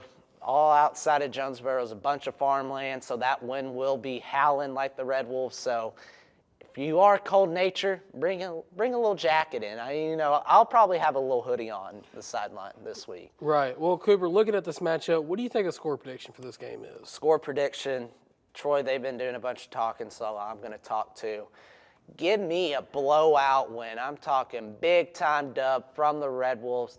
Give me 59-14 Red Wolves.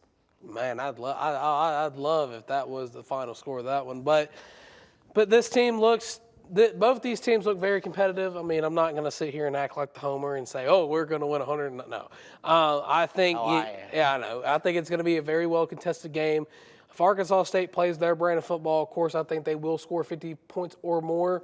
But I'm going to stay modest and say it's going to be 36-14 Arkansas State. And you can catch the game on ESPN+. Of course, Dale Green and Pete Cordelli will have your play-by-play and color opportunities. Great friends of us, great friends of the show. But, Cooper, is there anything else really for this matchup you want to add on top just for a little cherry before we send it home? Let's go out there, win, and then look on to next week against Louisiana and start talking about that Sun Belt Conference Championship run possibly. All righty. Well, guys, of course, we're excited to come back this week after being sick for a whole week. We hope you enjoyed this week of Red Wolf Roundtable. When we come back, we have a lot more to talk about, and you never know who may show up. So stick around. Make sure to tune in next week right here on ASU-TV.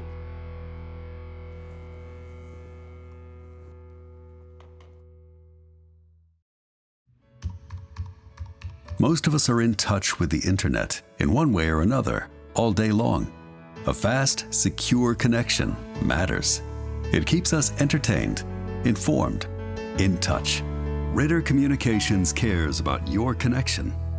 We know strong, reliable internet with your choice of speeds makes life better.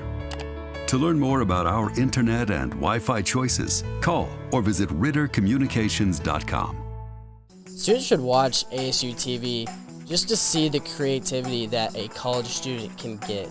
The creativity that some of these students have is truly amazing.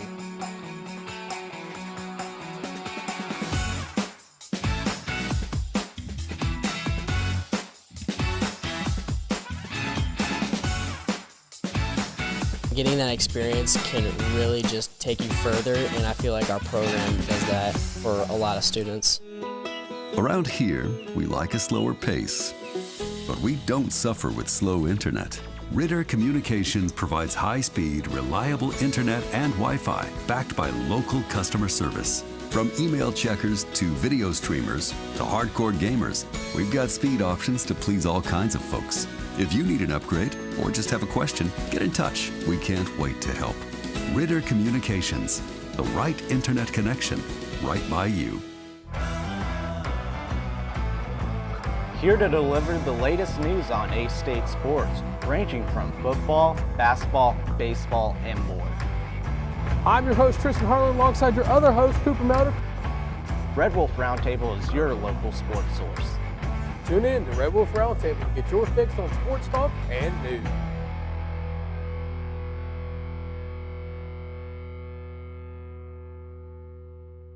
At Ritter Communications, doing right by you is being right where you need us to be. Our technicians are on call, on the road, and on the go, ready and equipped to put our service pledge into action. Storm damage, power lines, or in-home service interruptions. Getting right on it is a big part of being right by you. We go straight to the source to be the source of your internet solutions. Right by you is reliability like no other, only from Ritter Communications. And just moments away from the second half kickoff here in Warrior Stadium, home of the Westside Warriors. Our score is 38-7. I'm Tristan Harlan here with Cooper Milder. Cooper, what's been the tale of the first half? Pocahontas, they just came out and running, and they're doing everything they need to correctly, especially on offense. You give them the ball, they can score in 1 or 2 plays. They are disciplined, they follow their blocks, and they do everything right. And they take advantage of Westside's mistakes. And that being said, Pocahontas, they will receive the opening kick to start the second half. And if they score one more time, they will be up by 35 plus. And in Arkansas high school football, once you get up 35 in the second half to play, mercy rule is in effect, running clock. Right, so we're getting ready here for the second half kick. I want to remind everybody you're watching Friday Night Lights here on ASU-TV and Ritter Communications. And boy, oh boy, do we got a doozy of a second half for you all. And if you enjoyed the halftime show from Red Wolf Roundtable and would like to see more of me and Tristan's hot takes and our view on Arkansas State athletics, be sure to tune in to Red Wolf Roundtable. You can find that on Facebook, Instagram, YouTube, or ASU TV. What a plug. What a plug. Thank you. Do such a great job on that. Can you tell everybody the cable channel ASU TV is on, Mr. Station Manager? Optimum Channel 18, I think. We're giving the okay. Good job. Not a lot of people have cable anymore, partner, so sometimes I've got to stretch the truth a little bit. But hey, if you haven't been playing the new Black Ops 6 video game that came out today, but the truth lies sometimes. Okay. There's my shameless plug of the night. And here we go with the second half of tonight's ball game. Just a little kiss off the football as the ball will sky high, but here comes the Pocahontas offense. They've scored, and I believe on every single drive they've had so far tonight. Except one. Except one. They got stuck short in their own territory. Westside made that big That's right. That's stop. right. That's why I keep you around, because you keep me honest. Someone has to.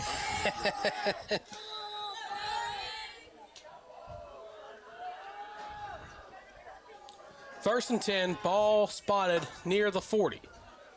Coffey's going to keep himself around the left side. He has room to run. He's going to cut backfield, and what a way to open up the second half as Pocahontas is going to find the end zone on the quarterback keeper.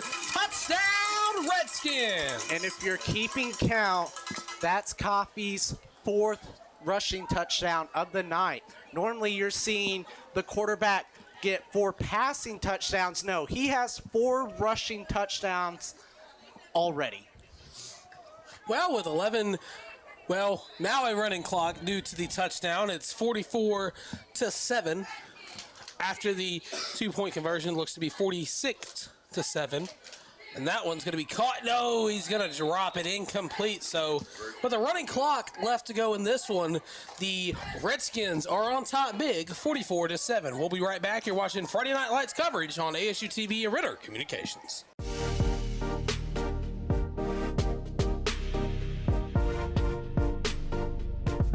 ASU-TV, shows like Red Wolf Roundtable, ASU-TV News, Westside Football, and more. Gain real-life experience while doing what you love. Get involved with ASU-TV today.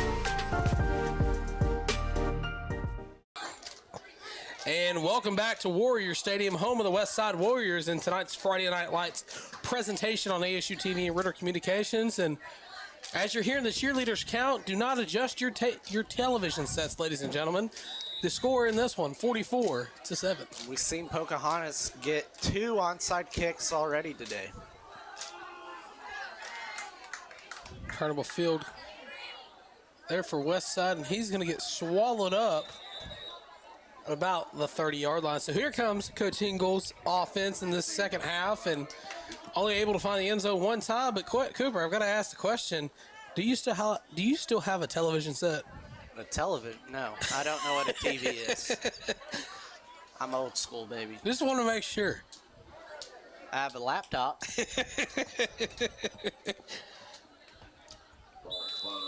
So, 1st and 10 from the 32-yard line. Westside starts in their own territory once again. A call for the snap. He's going to hit the circle button and spin before he hands it off, and running back's going to gain a couple on that one. 2nd down coming up for the Warriors. And Westside, you know, you're down big, but just keep doing your offense. You had success the last time your offense was out there, so don't need to get too fancy yet, because question of a comeback is very slim to none. Way to be optimistic there, partner. 2nd and 7. Ball on the 35-yard line.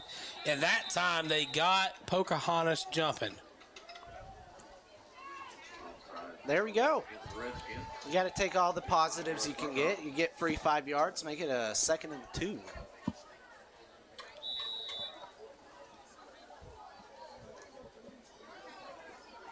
And I would love to see a comeback. It's just tough with the running clock already started. Back's going to keep it himself, not able to go anywhere there. 3rd down. Or no, excuse me, he got enough for the 1st down, so fresh new set of downs now for the Warriors. And ever since that touchdown drive, this offense looks a lot more confident. You know, yeah, they're down, they've been struggling, but, you know, it gave them life, showing that we can move the ball, we can score. Well, the effect of the 12th man not in effect here. It seems like the away crowd has overtaken the home people. That time, that run not going anywhere but to the ground. 2nd down coming up for the Warriors offense. Pocahontas defense still doing well, stopping the run. And, you know, right now you're thinking, if you get one more stop and score again for Pocahontas, do you start taking out your starters and putting in some of the younger guys in 2nd string? Well, with playoffs right around the corner, partner, you know, that's got to be in the back of every coach's mind just to keep your players healthy for the big dance. Again, another play just not going anywhere for the Westside Warriors. 3rd and long coming up. It's about that time of the game. You might have to start bringing out the trick plays. Well, if you're in the huddle for Westside, it seems to be a trick play is nothing more than just a simple pass. 3rd and 8 coming up for Westside. Quarterback's going to keep it himself up the middle. He's got room to run. He has nothing but daylight ahead. Touchdown for Westside. Wow. And Gavin Dotson takes it to the house. What a way to respond there. Still a running clock, but now you kind of get a little bit of morale points, so to speak, getting into the touchdown late in this game. And, you know, if you're the Pocahontas defense or the defensive coordinator, you got to be a little shaken up there. Your defense that's been playing well all game. The last 2 offensive drives from Westside, they have been able to break up big holes and hit it up the middle for big yardage. The PAT is up, and the PAT is good. So with a running clock left to go here in the 3rd quarter of play, Pocahontas still on top, 44-14. We're going to take a step away. You're watching Friday Night Lights, presented to you by ASU-TV and Ritter Communications.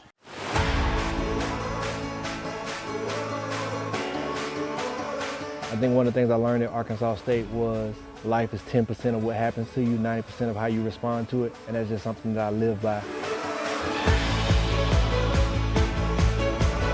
A-State is home, and they're going to treat you like you're a part of the family.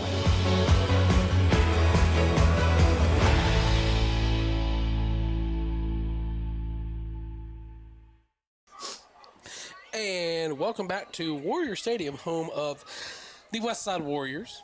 5:30 and a running clock left to go in the 3rd quarter of play.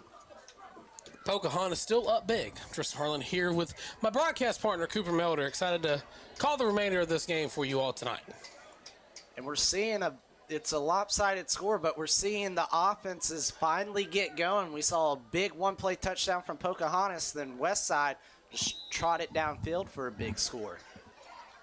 And here comes the kick from Westside. That one, not a bad kick, and that was going to hit the returner in the face mask. He's going to break away, still going before he gets wrapped up by a sea of red. The referees are going to blow it dead just shy of the 40-yard line. So here comes the Pocahontas offense, and last drive, as we mentioned, they had a big quarterback keeper where he scored. Yeah, I mean, all it took was one play out at halftime, and then Coffee just took it to the house. From the looks of it, we're going to have a quarterback change. I believe that's number 5, Matt Womack, coming in at quarterback, the junior. And I think Xavier did come out of the game as well, so we're going to see a new tailback coming in. That's number 22, Devin Hensley. Hensley's going to take the handoff. He's going to come up into the inside. And that time, just not going anywhere. Seems like Womack was confused on the play call there. And you have to think Pocahontas' game plan's really running into perfection now, because you come into this game, the better team, you want to get up big so you can rest your starters, like you're saying, for playoff action. For them to only take one play in the second half with your starters, that's what you want to see. So second down coming up for Pocahontas. Womack's going to call for the snap. He's going to hand it off around the left-hand side. It's going to be a decent little run there. Third down upcoming.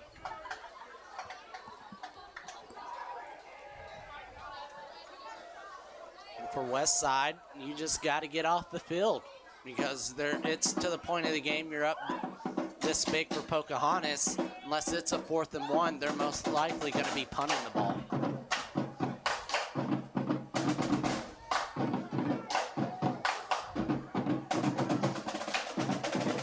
We'll call for the snap. He's going to hand it off once again up the middle. That time again, not going anywhere, so 4th down's upcoming. Maybe got a yard on that play. Going to be interested in what Pocahontas is going to do here. Saw them during warm-ups. They're really punt styles, kind of where the quarterback just stands in shotgun and just kind of does a little punt to get the ball away.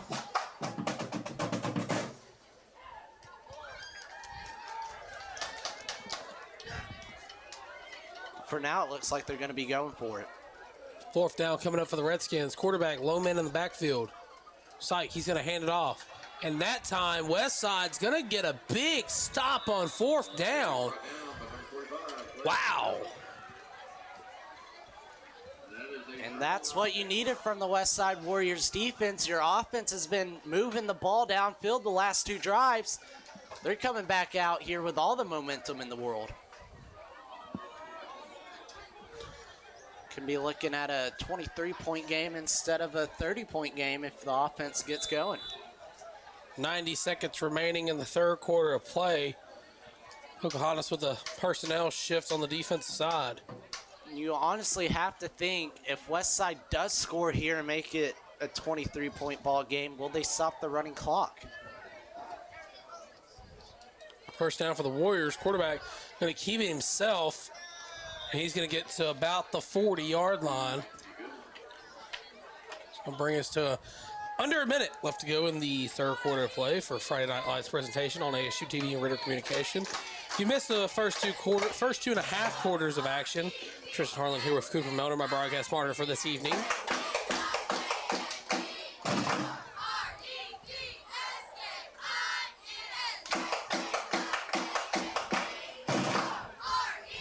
Second down coming up for the Warriors. And he's going to lose the football. I believe Westside may have fallen on it initially, but I think he lost possession after falling on it, so we're going to wait the referee's signal. And they're going to say Westside football. really thought Pocahontas had it there. Well, from over here in my very expensive glasses, I think I just saw everybody on the west side sideline take a big sigh of relief. So now, after the fumble, it'll be 3rd and 10, but I don't think they're going to get a playoff before the end of the third quarter. And no, they're going to walk towards the sideline. So after 3, our score is going to be Pocahontas 44, Westside 14. Don't go anywhere, folks. We'll have the final quarter of action right here on ASU TV for our Friday Night Lights presentation. Stick around.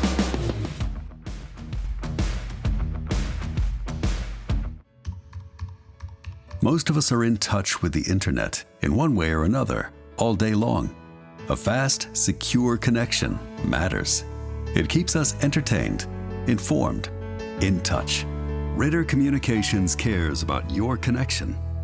We know strong, reliable internet with your choice of speeds makes life better.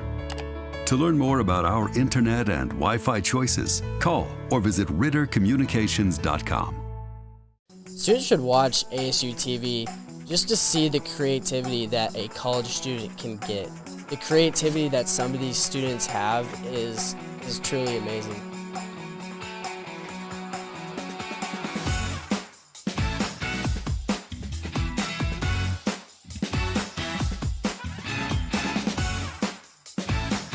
Getting that experience can really just take you further, and I feel like our program does that for a lot of students. And welcome back to the final quarter of tonight's ball game between the Pocahontas Redskins and the Westside Warriors, where Pocahontas has a commanding 44-14 lead. Now, if you missed every bit of the game and you're kind of confused on how high school football works, there is a running clock, so we'll have to keep you updated as that goes along. But Westside on the run, not really able to do much of anything there. That was going to be 4th down. On the 3rd down play, they got 1 yard, and then on the 4th down play, they got 2. So my math is adding up correctly. That's not enough for 10 yards. Well, you know, if you want to figure out the equation, you got to take the 2, carry the 1, add the 3, subtract the 5, and do a little bit of Steiner math. Either way, it wasn't enough for a 1st down. Hey, don't ask me. I'm no mathematician. I barely passed college algebra. Sorry, Mom. C's get degrees. Well, it wasn't a C I got. I got a D and I still passed. But anyways, regardless of that. 1st and 10 for the 41-yard line. My advisor, Mr. Sullivan, who is our technical director tonight, just shook his hand at me. Pocahontas going to keep it on the ground here. Doesn't have enough for another 1st down, so 2nd down upcoming, and I think the band has only got louder. Yep, and a massive substitution, giving everybody playing time.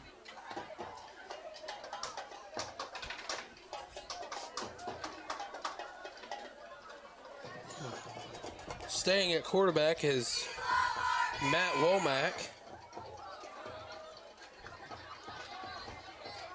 And just some of the guys that, you know, don't get as many playing time reps will come into this one to finish this ball game off. Womack call for the snap. He'll hand it off around the outside, but he will get wrapped up and tackled in the backfield. The Westside defense looking good these past 2 drives. They get the starters are taken out, but your defense is still rallying and tackling. Well, and look, to take a positive away from a negative, if you're a Westside fan, the positive is that at least when your defense tackles, they all wrap up. And that's the one thing you love to see defense do, is when you got 2 to 3 guys on the same team just wrapping up the offensive player. Textbook tackling right there. Wrap up, hold on.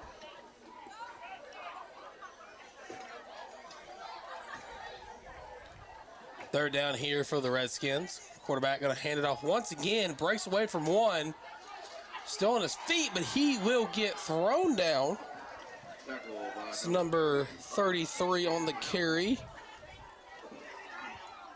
Tackle for loss. It is a 4th down.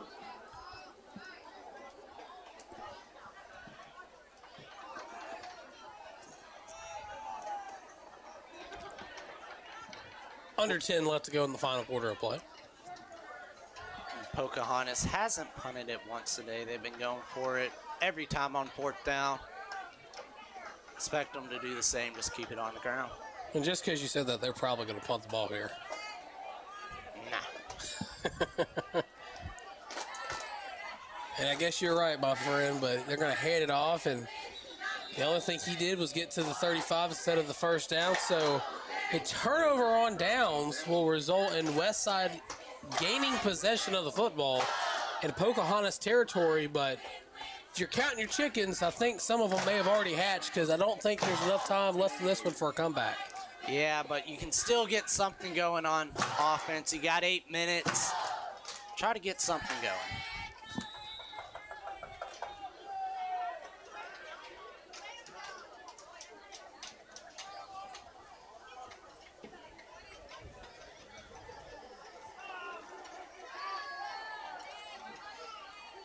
Quarterback's going to keep it up the middle. He's only going to gain a handful there. Clock's still ticking. 7:30 coming up left in this game.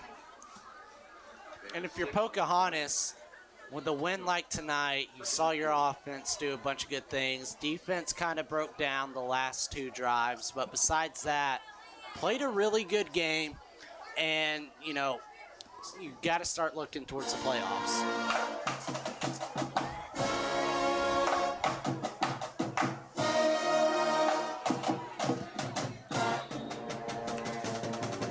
It's going to be enough for a first down there. Great first down there for the offense. Westside still fighting to finish out this game. Well, to look at the remainder schedule for Pocahontas, of course, with the win tonight, they'll go on next week on November 1st to play Blytheville at home. Of course, Blytheville currently, regardless of the outcome in their game right now, they're 4-3, 3-1 in conference, and then they will finish their season out on the road at Highland. That time, nowhere to go for the Westside offense. And then, speaking of the Westside Warriors, looking at their schedule now, of course, last time we were here, they lost big to Southside, who is undefeated in their conference.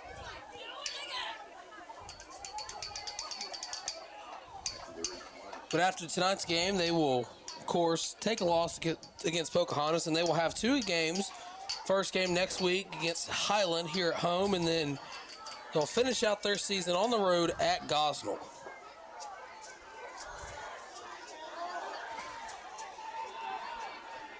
I think Pocahontas is going to come away with the ball there. And if things couldn't get worse for the West Side sideline, they lose possession of the football.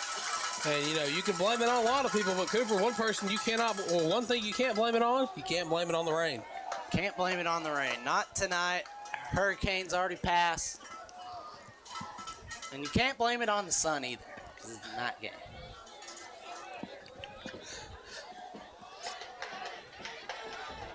Beautiful.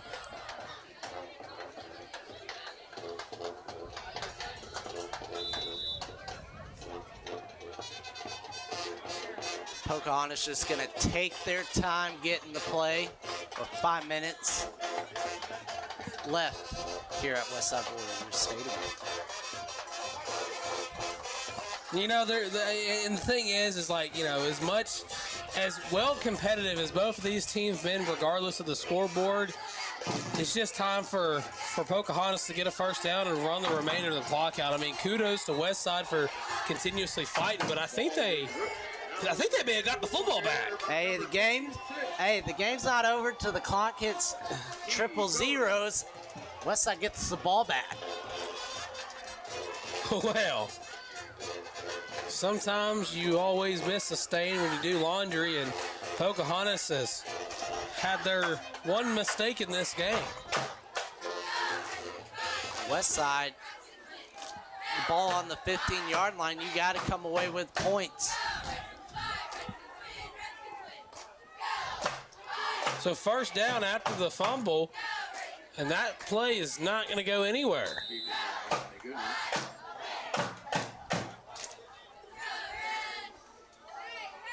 Westside trying to make this score look a little bit less worse when you look at the end of the game.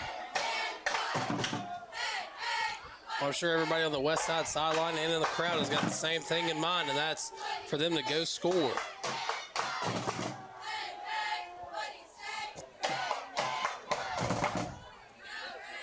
So second down here. Trying to get a little bit of positivity on that play there. Not able to get much, if anything. It's going to bring up 3rd and 9. They were generous enough and gave him a yard on there. Well, it's not the season of giving yet. Mariah Carey is still defrosting, so she can perform her hit song, All I Want for Christmas Is You. And all Westside wants for Christmas right now is a conference win. If you pay closely attention to ASU-TV during the holiday season, you never know. We may get Mr. Sullivan to sing All I Want for Christmas Is You. The Christmas album that never was. Westside's going to get Pocahontas to jump off sides.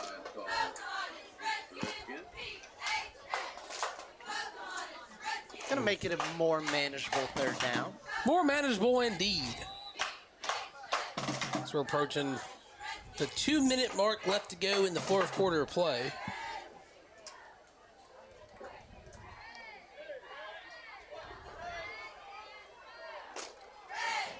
So here comes the Westside offense. 3rd and 4 on the 9.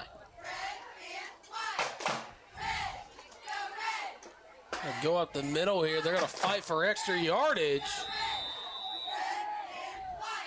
I'll wait the signal from the refs. It's going to be 4th and short. So another 4th down coming up on the goal line for Westside. Of course, previously in this scenario, they turned the ball over on downs.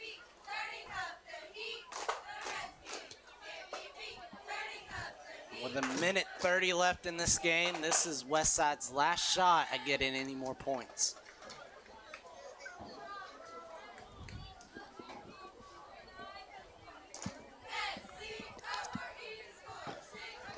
Westside is going to get around the corner, and he's going to get in for the Westside Warrior touchdown. Bend, don't break, never give up till the quarter's over, and Westside will find the end zone once again.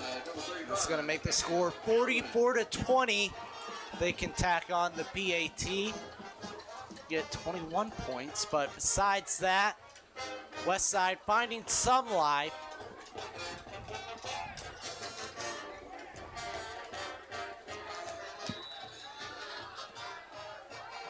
And the clock will maintain its running attribute.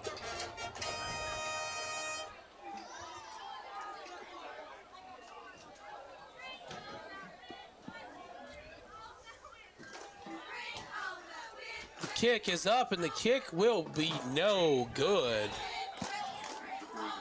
Couldn't find the mark there, but I think that might be the last play of the game. And the clock will continuously wind down here, so as the clock expires, we want to take a second to remind you, with your final score being Pocahontas 44, Westside 20. We're going to take a step away. When we come back, we'll have a post-game breakdown of tonight's ball game. Don't go anywhere, folks. You've got Friday Night Light coverage right here on ASU-TV and Ritter Communications. Most of us are in touch with the internet in one way or another all day long. A fast, secure connection matters. It keeps us entertained, informed, in touch. Ritter Communications cares about your connection. We know strong, reliable internet with your choice of speeds makes life better. To learn more about our internet and Wi-Fi choices, call or visit rittercommunications.com. Students should watch ASU TV just to see the creativity that a college student can get. The creativity that some of these students have is truly amazing.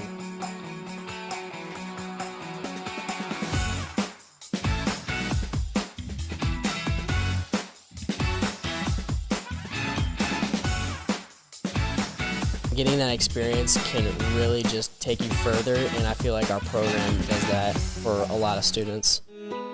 Around here, we like a slower pace, but But we don't suffer with slow internet. Ritter Communications provides high-speed, reliable internet and Wi-Fi backed by local customer service. From email checkers to video streamers to hardcore gamers, we've got speed options to please all kinds of folks. If you need an upgrade or just have a question, get in touch. We can't wait to help. Ritter Communications, the right internet connection, right by you.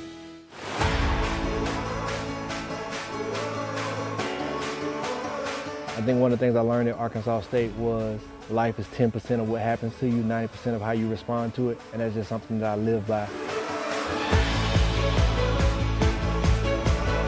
A-State is home, and they're going to treat you like you're a part of the family.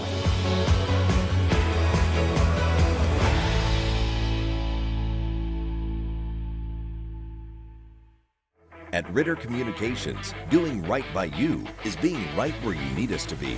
Our technicians are on call, on the road, and on the go, ready and equipped to put our service pledge into action. Storm damage, power lines, or in-home service interruptions. Getting right on it is a big part of being right by you. We go straight to the source to be the source of your internet solutions.